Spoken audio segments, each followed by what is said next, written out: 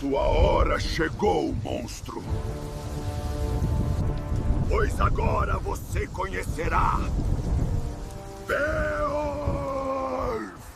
E se eu te dissesse que um homem era forte, como 30 homens juntos, que sozinho enfrentou monstros, com as mãos nuas, sem armas, somente coragem e disposição, não através de magia, mas com o poder de um chamado, que faz com que homens assim nasçam. Os contos e poemas chamam de Wyrd, ou destino, a vontade do universo que escolhe homens específicos para momentos específicos. Beowulf, guerreiro geata e rei. O homem que os nórdicos acreditavam ser escolhido pelo próprio tecido da realidade para ser instrumento contra criaturas que a humanidade comum não conseguia combater. Mas o que fazia Beowulf ser tão especial, o que lhe dava poderes sobre-humanos para enfrentar criaturas que homens comuns jamais enfrentariam? Algumas teorias dizem que alguns homens nascem com conexão ao Wyrd, não todos.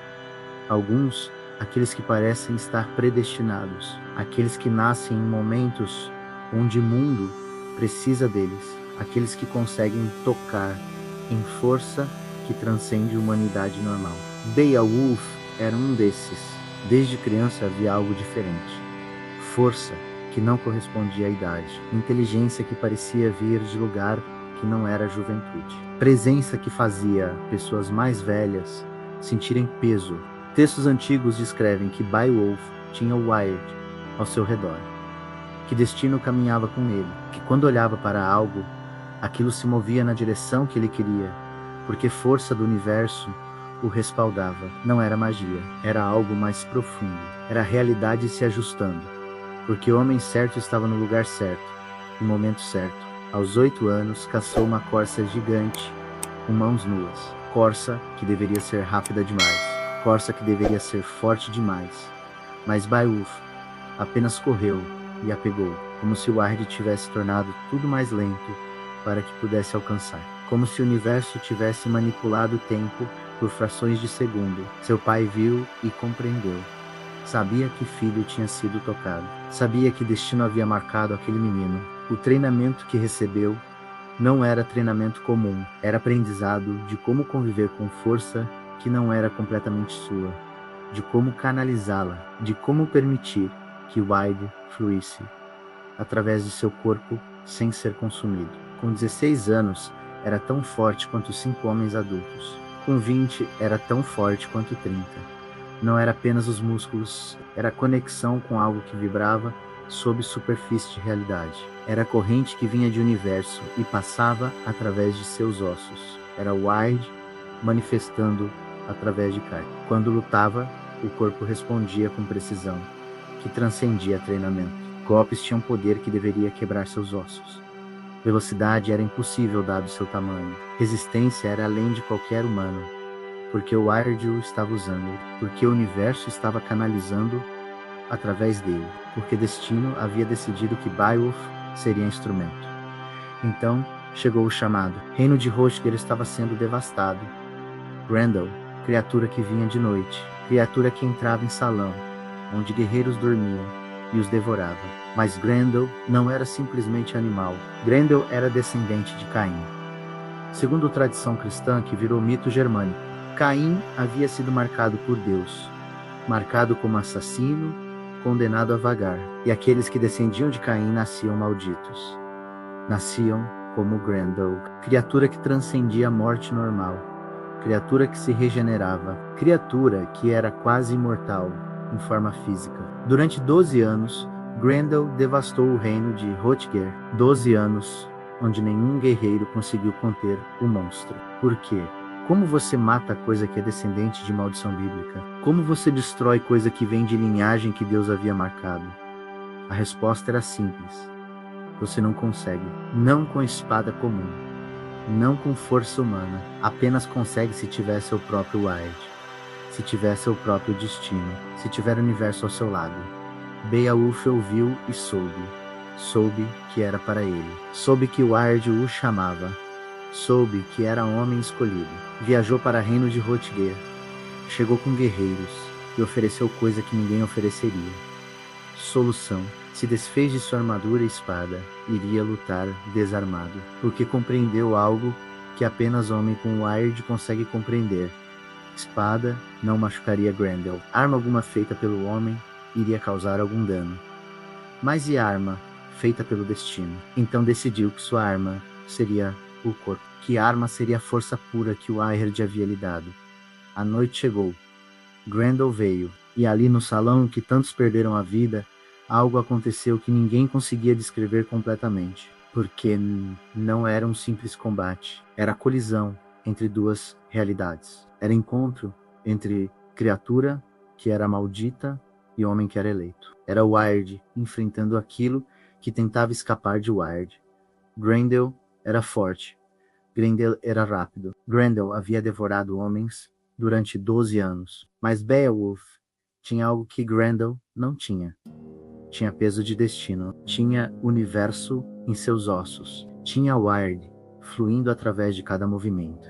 Quando tocou em Grendel, tocou naquilo que Grendel não conseguia acessar, tocou em força que transcendia a morte, tocou em poder que era anterior até mesmo à maldição de Caim, e conseguiu arrancar o braço de Grendel, não porque era mais forte em sentido físico apenas, mas porque Wired permitiu, porque destino havia decidido que Grendel iria perecer naquele momento. Grendel fugiu, ferido, mortalmente ferido, e desapareceu na escuridão. Mas mãe de Grendel permanecia. Ela era pior, porque era fêmea daquela linhagem maldita, porque era ancestral, porque havia carregado maldição de Caim através de gerações, porque tinha poder que era tão antigo quanto a própria humanidade. Desafiou Beowulf, convocou para encontro em água profunda, em lugar onde nenhum homem deveria poder respirar. Beowulf foi. Desceu sob água. Desceu onde luz não chega. Desceu em profundidade que deveria Tylô sufocado M minutos. Mas Wired não permite que seu eleito morra de forma comum. Wired não permite que seu instrumento seja limitado por coisa tão trivial quanto necessidade de respirar. Então o corpo de Beowulf continuou funcionando, continuou lutando, continuou enfrentando criatura que era tão monstruosa que linguagem humana não conseguia descrever. Horas passou embaixo d'água. Horas onde respiração deveria faltar. Horas onde o corpo deveria desistir. Mas o corpo continuou, porque Húcar o carregava, porque destino o mantinha vivo, porque o universo tinha plano para aquele homem, e plano não incluía a morte, embaixo de água. E lá no fundo da água encontrou uma espada antiga, forjada em tempo, onde magia ainda era força dominante. Espada que cortava, através de coisa que não deveria ser cortável, e a usou. Então colocou fim à vida da mãe de Grendel. Voltou para a superfície. Voltou para o mundo dos humanos, mas voltou diferente, porque em profundidade tinha tocado em coisa muito antiga. Tinha tocado em poder que era anterior à criação do mundo, tal como conhece. Tinha tocado em Wyrd em forma pura, sem filtro, sem moderação. Mas todos notam algo estranho, porque o homem que retorna de tais batalhas não é completamente humano, porque corpo que foi recipiente de força tão imensa não consegue mais ser apenas corpo, porque o Wyrd permanece como cicatriz, permanece como segunda natureza, permanece como coisa que o transforma lentamente, envelhece de forma que ninguém consegue explicar completamente. Não envelhece como um homem normal, envelhece em saltos, envelhece em momentos como se a cidade tivesse dois tempos. Um que passa normalmente, um que está parado, porque o Wired não envelhece.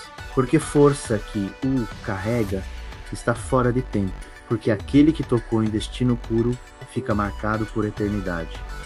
Reina 55 anos, governante justo, rei que seus guerreiros amam, rei que seu povo respeitam, mas o corpo dela está em colapso, porque corpo humano não foi feito para canalizar o Wired indefinidamente, porque carne e osso têm limite, porque mesmo o homem eleito finalmente chega ao fim. Então, seu último desafio bate à porta.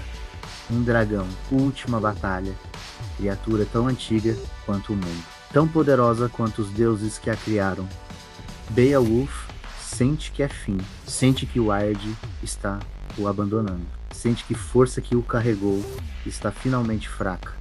Mesmo assim, enfrenta o monstro, porque é seu destino, porque é seu propósito, porque foi escolhido para isso. Morre derrotando criatura que nenhum outro conseguiria derrotar. Morre deixando legado. Morre como herói. Porque Issa é a verdade sobre o Aird.